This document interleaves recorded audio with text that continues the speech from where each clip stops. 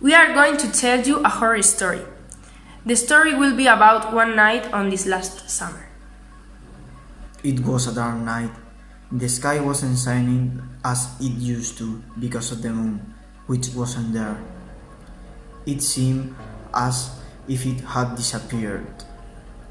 There was a spooky wind, which left us cold-blooded. When a night like that happens, we usually meet at Rocio's house, but we can also meet in another friend's house to tell horror stories. We were in Rocio's house when Antonio David turned up and told us about a haunted house far from we were. We were beginning to walk when a phone rang and we all shouted, but we decided to keep on walking. We arrived to that house, and for our surprise, the house didn't seem to be ruined. It was an ordinary house, but in the edge of the village. An idea raised in our minds. Before entering the house, we rang the doorbell, and it sounded. We had been looking between ourselves for a few minutes. I swear that Alberto and I were about to run to our houses. The others wanted to enter, and when we got lonely, we decided to break into two.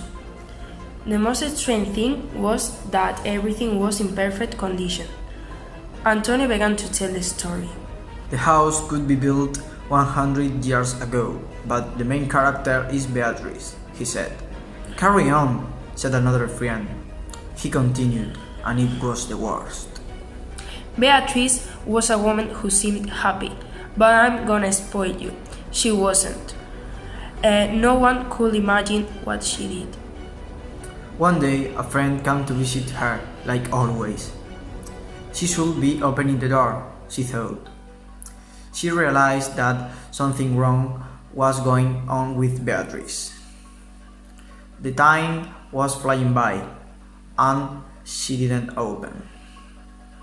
The friend that we can call S went to warn someone else, and when they entered, for their surprise, they saw Beatrice, who had killed herself with a rope.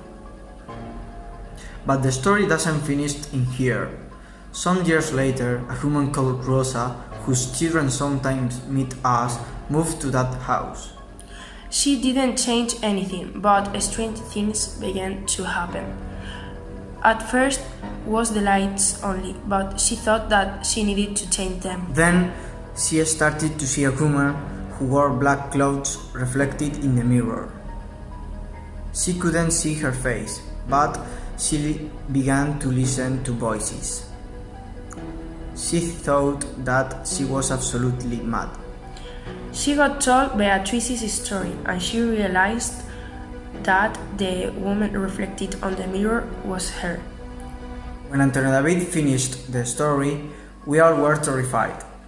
We decided to go home, but an idiot insulted Beatrice to prove it wasn't true. All the doors closed at the same time.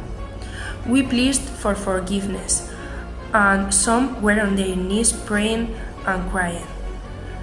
I said that we should get out of there, and when we were outside, we called our families to pick us up.